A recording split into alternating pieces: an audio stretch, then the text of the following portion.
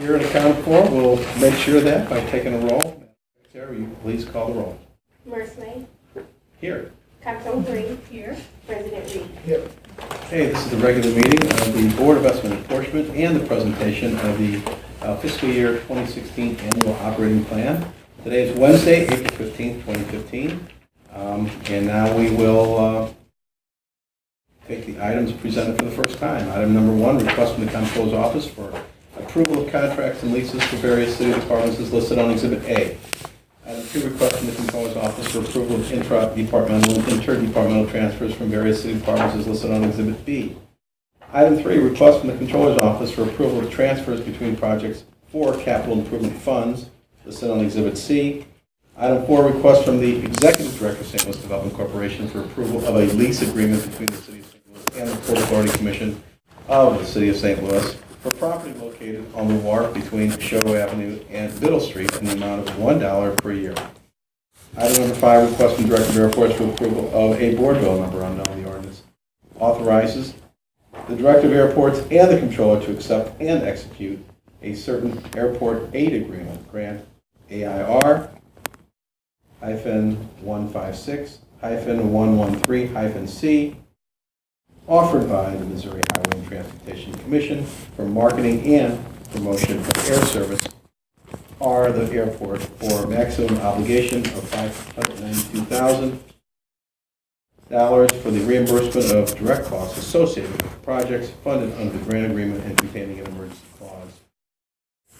Is there any additions, corrections, or deletions? Hearing none, entertain a motion to approve items number 1 through 5 as printed.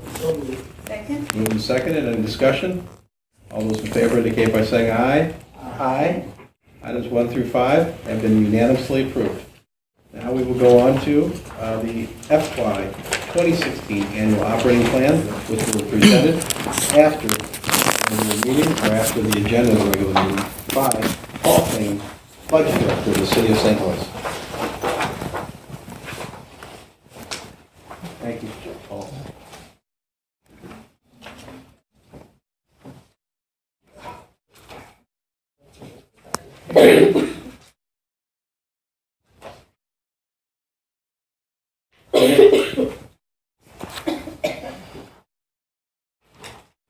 Thank you, Mayor. Comptroller, President.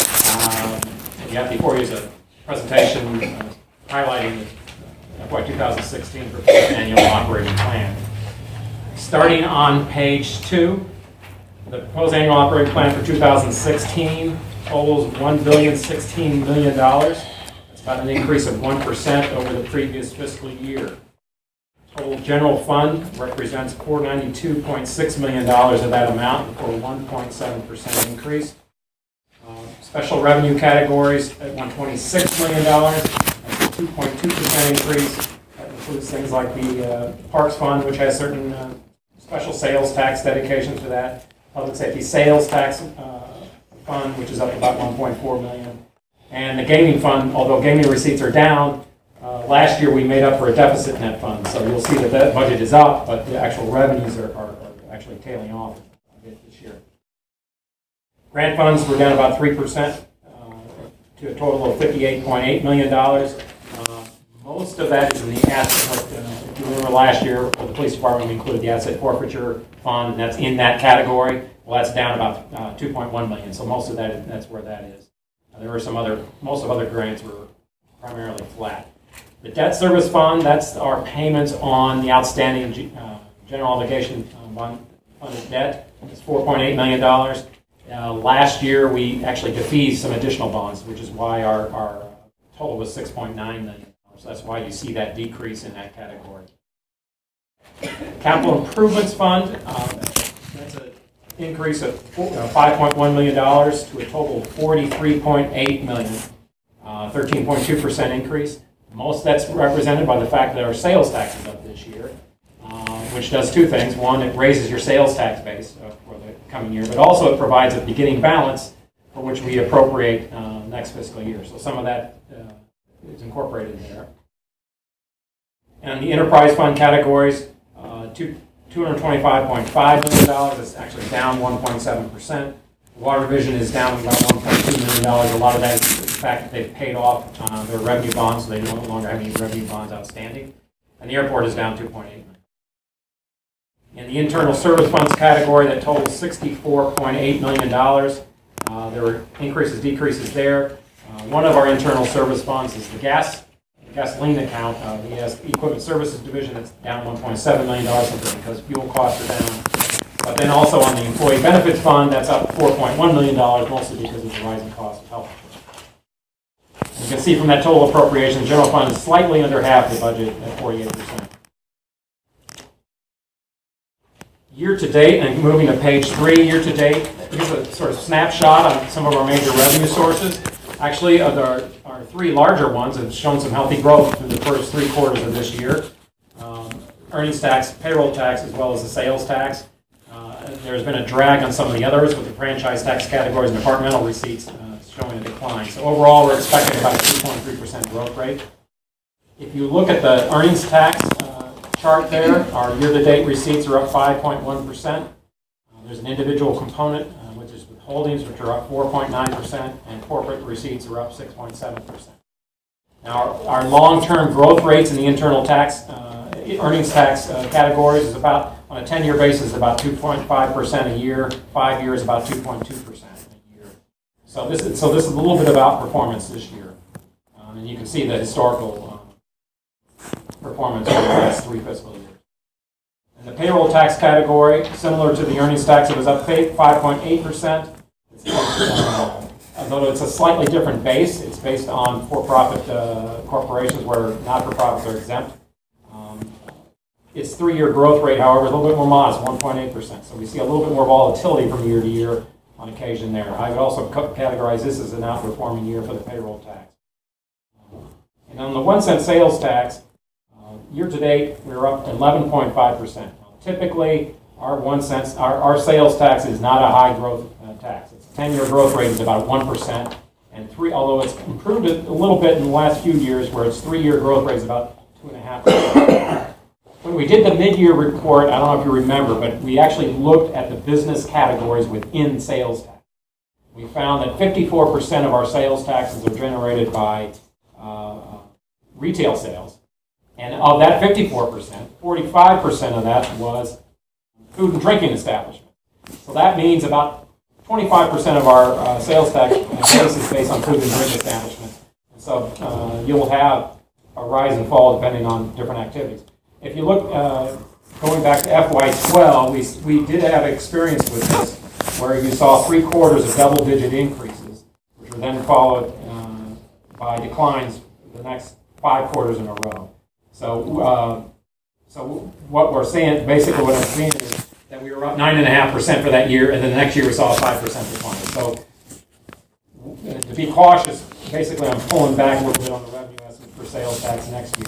We don't expect that to be maintained over the long term. Moving to page 4, this is sort of a snapshot of what we typically do when we look at the fiscal year and say, well, what kind of gap are we looking at off the top?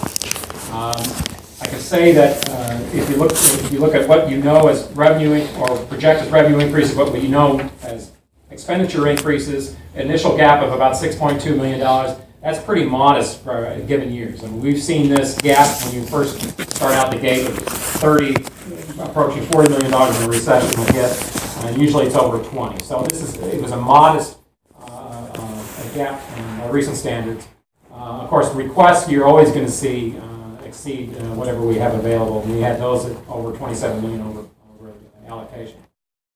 But if we going through those lists of things, again, we've got the revised current fiscal year. We're about $3 million over our budget amount for revenue. Projecting net growth of 1.1% next year gives you a starting base of $492.6 million. Now you apply that to this year's budget base of $484.4 million plus some known increases and decreases. For one, we don't assume that we're going to reallocate any of those funds that we've done from the ward and recreation capital accounts. That's a $2.5 million increase. We also had other fund reallocations of about $3.4 million from the use tax and other funds. We had some lease debt, both refinancing and expiring, that would cause a decrease of about $2.7 million. We had some police and police department increases with pay and pay matrix and health insurance, offset by a decline in pension costs of about $7.2 million. Other employee pay benefits, merit pay, health insurance, et cetera, about $2.4 million. We had some workers' comp increase of about $1.1 million. If you remember, this year we did target about a 15% reduction. That was a bit aggressive because we're overspending our workers' comp this year. What we're targeting a little bit more realistically, about a 5% reduction, and that's based on the 3-year average cost increase. So you'll see this is all distributed among the departments to help them sort of identify with their own workers' comp costs, but it would be an increase in this coming year. PFP judgment accounts, about $400,000. Again, that's reflecting cost increases related mostly to police judgment accounts. The election board, a couple things going on there. Typically, this is not an election year coming up. You would not have any regularly scheduled elections. However, there are 2 potential special elections, which this budget provides for. One would be potentially for a bond issue election if we get to that point where we've got the legislation approved. And then in FY16, we're going to be looking at potential election for the renewal of the earnings tax. And what this contemplates would be half of that cost simply because there's a March primary that the state is funding, a presidential preference primary that theoretically we could piggyback on. And so that's what that would be now proposing. Under facilities management, we have 2 things. We have the normal utility cost increases. That's about $400,000. Plus, this is FY15 was the last year in which, under a Forest Park Management Agreement, the general fund was able to, the Forest Park Fund was able to pay for its own utility costs. We did that when we were having budget gaps during the recession, and so that is now expired. So those costs are moving back to the general fund. That was about a $600,000. The Equipment Services Division are also seeing fleet repair costs related to the aging fleet, primarily, particularly the fire equipment. And then, but on the other hand, we also had some reduced fuel costs of about 1.3. So that adds up to a $498.8 million budget, which would be a $6.2 million gap. So obviously, we need to take steps to bridge that gap. In doing that, going to page 5, we have some budget cuts, and although there are some increases as well of about $1.3 million. We do things like asking the departments to absorb next year's increases, although this year's pay increases were incorporated into the base. Again, we're targeting workers' comp for a 5% reduction. We've also got some smaller cuts throughout some departments. Revenue reallocations, we are resuming full allocations on the capital fund side. So the ward accounts as well as the recreation capital accounts will be getting their full allocations. That was about a $2.5 million. However, we're still doing some reallocations on the use tax side, which would be $0.5 million for affordable housing and $2 million for building demo. There's a bit of a stretch to get us all the way there. Hopefully we can get there in the future. And then some special fund revenues. Not all these are just fund balance. A lot of this is the fact that the sales tax is up. So when you have an account, such as the public safety sales tax fund, that was able to absorb some more costs that we weren't able to do. So that's primarily how we piece together the balanced budget this year. On page 6, a discussion of payroll costs. Being that they represent nearly 75% of the budget, obviously payroll costs is a necessary part of any plan to keep a balanced budget.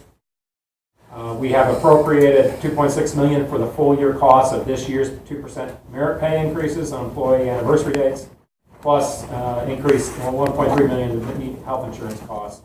ERS pension costs, as you're going to see through all of the pension costs, have declined $1.6 million in the general fund.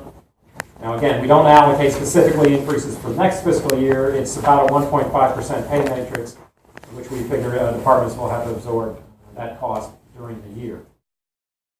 Under the police department's budget, it includes the full year cost, the FY15 and 16 pay matrix increases. Their matrices are going up $1,000 for each of those 2 years. And plus the wellness incentive, plus steps and wellness incentives, all of those increases are about $4.2 million. It includes a $1.1 million increase in health insurance costs and workers' comp. The authorized strength of the police department is about the same, 1287. It's got an increase of 5 with some partial grant funding. The fire department includes the same increases as police, the increases in pay matrices, and the wellness incentives and health insurance for a total of about $1.9 million. Their pension contributions, however, are declined as well, about $2.1 million, which offsets a lot of those pay increases. The authorized uniform strength remained at 587, That includes a SAFER grant for the 20, which will expire, I believe, in November of this year. So during the fiscal year, that SAFER grant will expire. And so that requires, again, it continues that level of strength that two doubled up companies be held non-operational, which we've done for the past number of years. And the chart below just shows you the distribution where personal services equals about 3/4 of the budget. Moving to page 7, these are some of the other proposed changes across departments in the area of general government and finance. We had a one-time cost last year for promotional exams for the fire, or exams for the fire department, about $150,000, so that went away. But we are adding $150,000 for recruiting and $195,000 for promotional exam for the police department. The City Councilor's Police Unit has an increase of 1 attorney position. That's in addition to the TFPC additional amount of $400,000. Also in information systems, we're expanding the City Works program for $113,000 and adding a systems program in administrative position. In the Department of Finance, there was just a move of the utility costs related to our sewer bills from that department to the Department of Facilities Management. So that's about $1 million reduction in the department. It's actually a shift.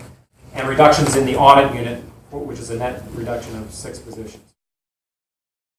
In the city-wide category, this is that category which is non-department specific.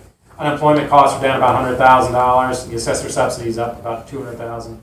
We also have $34,000 budgeted for some work related to disparity study follow-up. The Department of Parks, Recreation, and Forestry, not many changes there, although there was the recycling program that had been previously budgeted under the refuse division, and it's moving a personnel, 1 position and some per performance positions to the Parks Department. In judicial offices, the jury commissioner's office in the circuit court is being combined with the court administrator office. That's not much of a budgetary change, but you'll see that cost unit consolidated with the court administrator. The sheriff had some attrition savings, although it remains the same number of people. In the county offices, I already talked about the election board costs, but other than that, there were some increases in the medical examiner's office with 1 position and some contractual increases. In the streets department, there's a additional traffic engineering position to monitor or to implement the Complete Streets initiative. We also saw some utility cost increases with the traffic division, about $500K. But we also, in the street department, we had a major purchase of salt this year, which was bought 20,000 tons of salt, which replenished our supply. Unfortunately, we had a moderate winter. So we were able to reduce our salt purchases this year to the tune of about $700,000. That should still provide us with over 30,000 tons of salt, so we should be pretty well positioned for next winter, whatever that throws at us. The refuse division, again, we have that recycling program going to the Parks Department, and we've got about 5 vacant positions at refuse, which were vacant for a while, so that's a reduction. Public Safety Department, the Director's Office includes 4 positions. About $300,000 cost for the Civilian Oversight Board. The Building Division is adding 2 inspector positions for the Fire Safety Unit. And corrections, because of a lower census, we're encountering lower costs for our contractual meals contract. So that's a net reduction of all those additions and subtractions of about $100,000. In the Board of Public Service, this is where some of the increases occur, where we had utilities increases. This is other than the Forest Park utilities we talked about earlier. And then facilities increase for moving the sewer utility cost from the control. Moving to page 9, this is a sheet we used previously to show where some of the reallocations were. But as it noted on the half-cent sales tax, capital sales tax, we are not doing any reallocations. So we were fully allocated, so there is no reallocation of funds in either the wards or the rec center. That was about a $2.5 million previously in previous years. Forest Park Fund, as I mentioned, was $600,000. That again is being reassumed by the general fund. Public safety half cent. That's that $1 million we put for crime prevention. That's still in there. It's still funded at $300,000 plus $312 in the public safety, in the director's office of that public safety half cent sales tax fund. And local use tax still has the $500,000 in affordable housing funds and $2 million in building demo funds that have been reallocated. So last year of reallocation, we was about $5.9 million. Now we're down to 2.8. Hopefully next year we won't have any. But that's the goal. Special fund revenues, I mentioned public safety sales tax, and that's simply because the sales tax was up this year, 1.4 million. We had excess use tax, which we ended up last year with a surplus, so we're using part of that for the fund balance. And then you can see the assessment fund had a minor balance, and public safety trust fund actually was a decline. So that was 2.1 million overall. Moving to page 10, general fund revenue outlook. With the earnings tax, as I mentioned, it's been outperforming this year. We got a projected revenue of 164.3, which would be a 2% increase. This would bring it more in line with their longer-term growth. As I mentioned, the 5-year growth rate is about 2.2%, 10 years about 2.5%.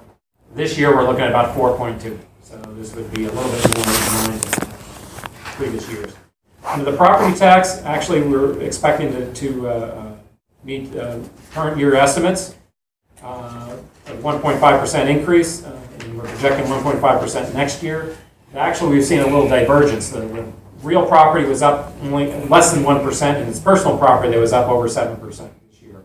But combined, we're still meeting the original estimate. Under the sales tax, you can see our revised estimate of 53.6%. That would be over an 8% increase for this year. That is far above the norm. And so what I'm projecting for next year is trends. Again, we've seen in the past where you have a year where it outperforms, it comes back more to the norm. So that's why we've got a negative estimate for next year, negative growth. The payroll tax up about 5.6% through, actually 5.6% through the third quarter. It's estimated at 1.5%. It tends to grow slightly less than the earnings tax, again, because that's a different base. And so that's more in line with its longer-term trend. Franchise utility taxes, this is one area where we actually saw a decline this year.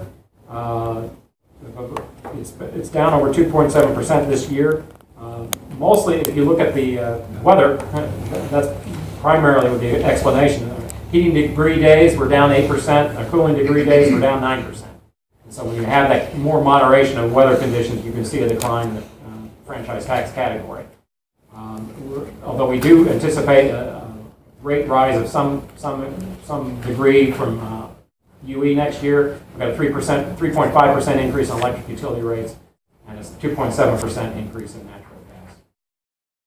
In the area of intergovernmental receipts, almost flat in projections. We did receive a one-time benefit from Medicaid of about $425,000 in our EMS receipts. And so I've knocked that out as a non-recurring revenue. Otherwise, it would be a flat category. In the license total, we got $15.6 million, again, pretty much flat. And those revenues don't grow that much. Departmental fees and fines, $50.5 million. We'll see a little bit of a decline in court fines simply because we did have some residual red light camera payments this year. We're not assuming anything for next year. Again, those will be paid in the escrow. And although building division permits have been increasing lately, we do have a $300,000 increase in that category. And in the other category, these are transfers. We did use some C&T revenue balances this year, which we do not expect to repeat this year. Next year, but we're seeing an increase in communication fund revenues, which I do expect to contribute to some transfers in that category. And you can see from the chart below, earnings tax still remains about 33% of our total general fund. On the expense side, moving to page 11, I've already sort of highlighted a lot of these. In the general government category, you see an increase of 4.2%. That's, again, the PFPC increase. The police promotional and recruiting exams. In finance, you see a decline to $8.9 million of a 15.8%. Again, it's mostly the sewer bill that's being moved to Department 903. Let me jump on another one. County office declined 4.1%. Again, the election board doesn't have any regularly scheduled elections, so that was a decline of about $500,000. In the street department, you see a 2.2% decline. Most of that has to do with the fact that our salt purchases are down by $700,000. Public safety is up 2.3%, reflecting the police and pay increases, fire department increases. And then the Board of Public Service, that big increase is $34.9 million, 11.5%. Again, a lot of that's the fact that the sewer bills moved from the finance department. We've got increases in ESD repair costs as well as the other utility repair costs. And the general fund budget, public safety represented about 55% of the total. Moving to page 12, some highlights from the special revenue funds and the local use tax. The local use tax is about 2.3% down year to date, tracking at $30.6 million. The local use tax sort of tracks differently than our sales tax. It's a different base, paid primarily by businesses from out-of-state purchases, and so it's not necessarily the same trend as sales taxes. FY16 budget $32.7 million, nearly flat, an increase of $200,000. It continues the reallocation of the $500,000 in affordable housing, and although that budget is utilizing an existing fund balance, it still remains at $5.1 million. Building demo funds remain at a reduced allocation of $1 million. And the health department budget, which is funded primarily through the local use tax, remains stable at about $8.1 million. Under the lead and building demo funds, funded through permit revenue. A couple years ago, we passed ordinances to supplement the lead fund, and it's doing well. It's got a fund balance, and so that fund is in good shape. The building demo fund, however, again has a negative balance, close to $2 million, simply because that's when the funds declined. And it's slowly improving, but it's still in a deficit situation. The gaming fund revenue is down 5% year to date through the third quarter. Anticipate that to continue with the $7.1 million estimate for next year. That's up, again, about $1.9 million from last year, simply because we made up for a deficit that was in that fund last year. So it's operating on a break-even basis, but the revenue continues. And the Convention and Tourism Fund, that's funded through the 1 cent restaurant tax, still retains funding for the sister cities, $75,000, and Grand Center at $90,000. Moving to page 13, an illustration of our capital fund budget, which is proposed at $43.8 million. It's an increase of $5.1 million from the previous fiscal year. Again, this contains full allocations that have some capital reward and recreation accounts, and meets our FY16 obligations, although we still need to address longer-term obligations. If you look at existing debt for the citywide accounts, $19.8 million. That's where we pay for the Justice Center, juvenile, the Carnahan Courthouse debt, and a lot of our other debt obligations. Other citywide capital, we did have a request, and this is beginning to pop up more and more each year in the operating budgets. We had a request from the courts for $2.3 million to address some capital items at the courthouses. The air conditioning unit at the Carnahan, as well as some stonework at the Civil Courts building. We've addressed that through the capital fund. We're issuing an energy efficiency loan to pick up $1 million of the courthouse HVAC project. And we are initiating some initial work of about $50,000 for the stonework at the Civil Courts building. Again, these were items that were proposed in the bond issue originally. As more and more of these things arise, we were hoping that potentially a GO bond issue could address some of them, because we just don't have the funds in the capital fund to address them over the long term. The ward improvement accounts, $9.6 million. That's a $3.1 million over last year's amount. And the major neighborhood parks, $9.2 million, includes debt service both on the Forest Park debt as well as our citywide parks account of $3 million. And you can see the recreation center improvements at $0.6 million. We didn't have any funds for them last year, so that would be an increase of $600,000.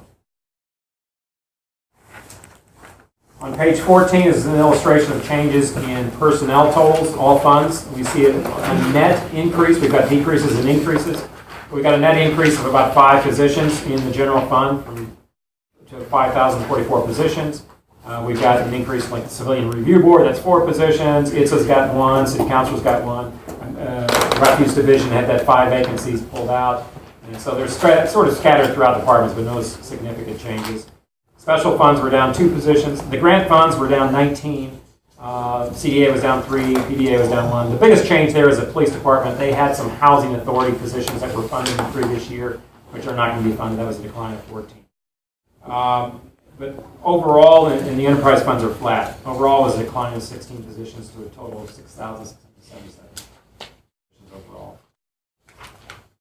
Page 15, I think that's self-explanatory. That just gives us the past 10 years, we're still down about 411 positions from where we were in FY06, FY16. You can see the various categories there.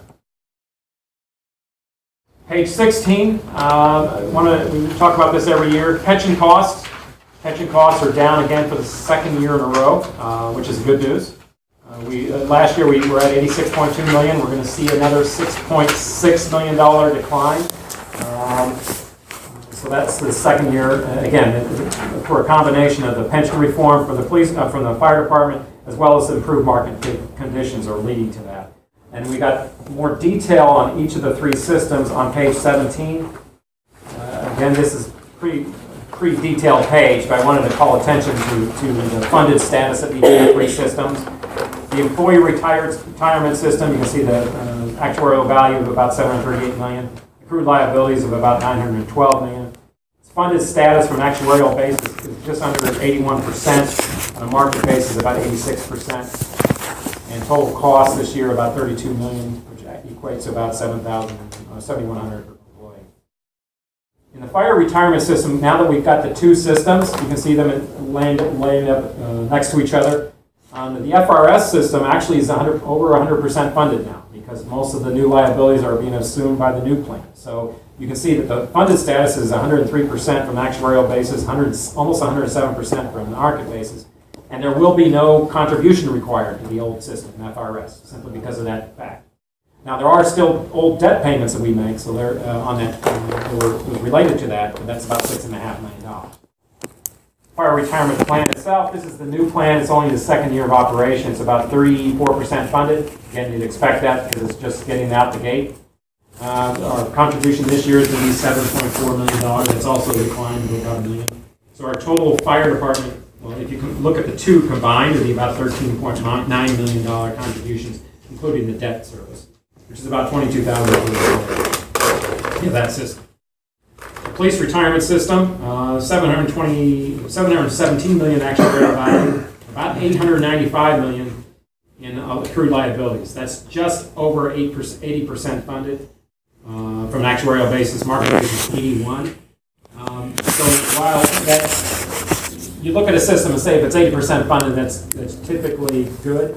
Although I would say, from a cautionary note, we are getting to the end of our growth cycle. So when you get to an end of a growth cycle, you like to be a little bit higher than that, simply because eventually you're going to go through a recessionary cycle, and so you want to be positioned at a higher funded status when you get there.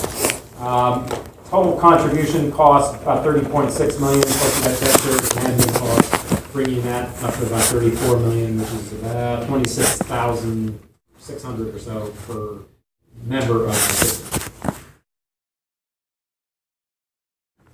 Finally, on page 18 is just a recap. Total budget of $1,016 million, about a 1% increase. The general fund budget's up about 1.7%. It addresses the budget gap, contains a mix of scheduled reductions and increases in revenue reallocations, including the $1.3 million net expenditure reductions and $2.8 million revenue reallocations. 5 general fund net positions, increase and decrease of 16 positions in all funds. And again, well balanced, we still have the longer term budget challenges. Not quite there. We want to be structurally balanced with the recurring revenues and recurring expenditures. We're closer to this year's budget, not quite there though. We want to continue to restore reserves. Currently at about $12.9 million in unfunded reserve balance. That's just over half of 5% to our target, so we still need to move in that direction. We sort of flattened out in the last couple of years. So we want to continue to contribute to that reserve. Continuing pension reforms. Again, while we've seen some improvements in recent years with the market, it's still elevated. And so that's something that we still need to address going forward. And then financing of our capital needs. Building the streets, and we're seeing that pop up in building requests. We're sort of holding it off as something hopefully we can get addressed with a general obligation bond.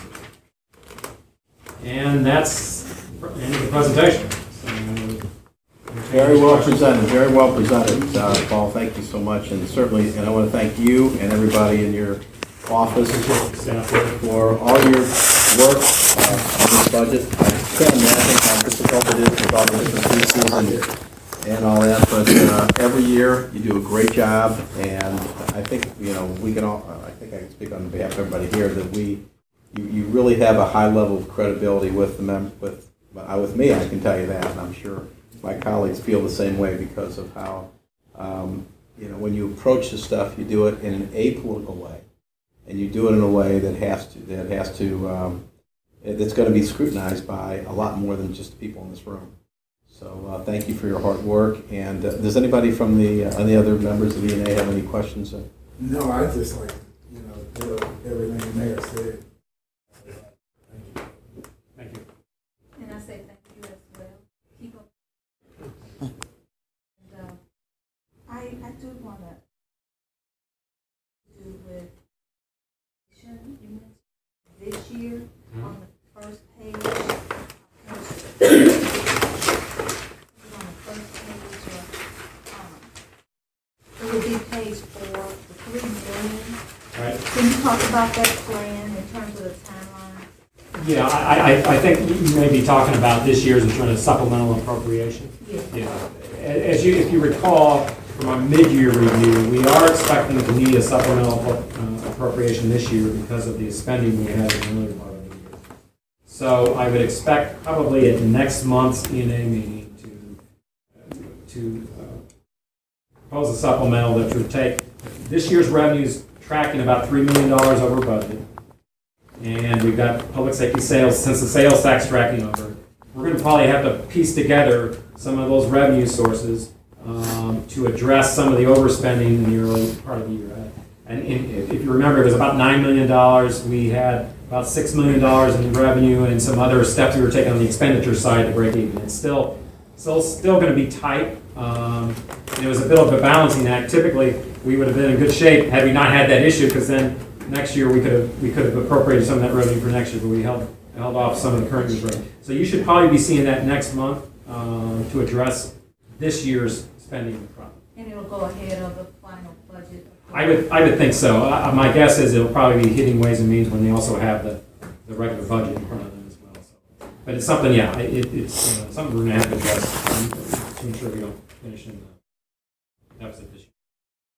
I wanted to address it because I got a call from the boards and they were talking about the dollar amount that John is going to be looking into when we leave the meeting today. It's about something to do with a reappropriation from last year, so that may be helpful in May. So I just wanted to put that on the table. Something to do with the Park and Rec promise made, and they're still waiting on those for some of the summer camps for the about 50 kids. So I just wanted to say that. And that hopefully this appropriation will help that. Yeah, I guess it all depends on where we are with the deficit this year. So it's going to be. I was looking at the numbers before. You really want to narrow it down. It's sort of touch and go to whether make sure we fit within. Thank you. All right, somebody else coming in here to know what this is? All right, that's it? Anybody else? All right. Well, thank you so much. So we're We have the public hearing on Friday. on Friday. Yeah, and we'll do that. Well, anyway, thank you, and thanks to staff for the President's office as well as the Controller's office as well for all your work on this. This is a triumvirate, and we all are at the table and looking at this in a very careful way. So we'll look forward to meeting on Friday for the public meeting, and look forward from there. Great, thank you all. And with that, we'll entertain a motion for adjournment if there's nothing further. Moved and seconded, all those in favor indicate by saying aye. Aye. This meeting's adjourned.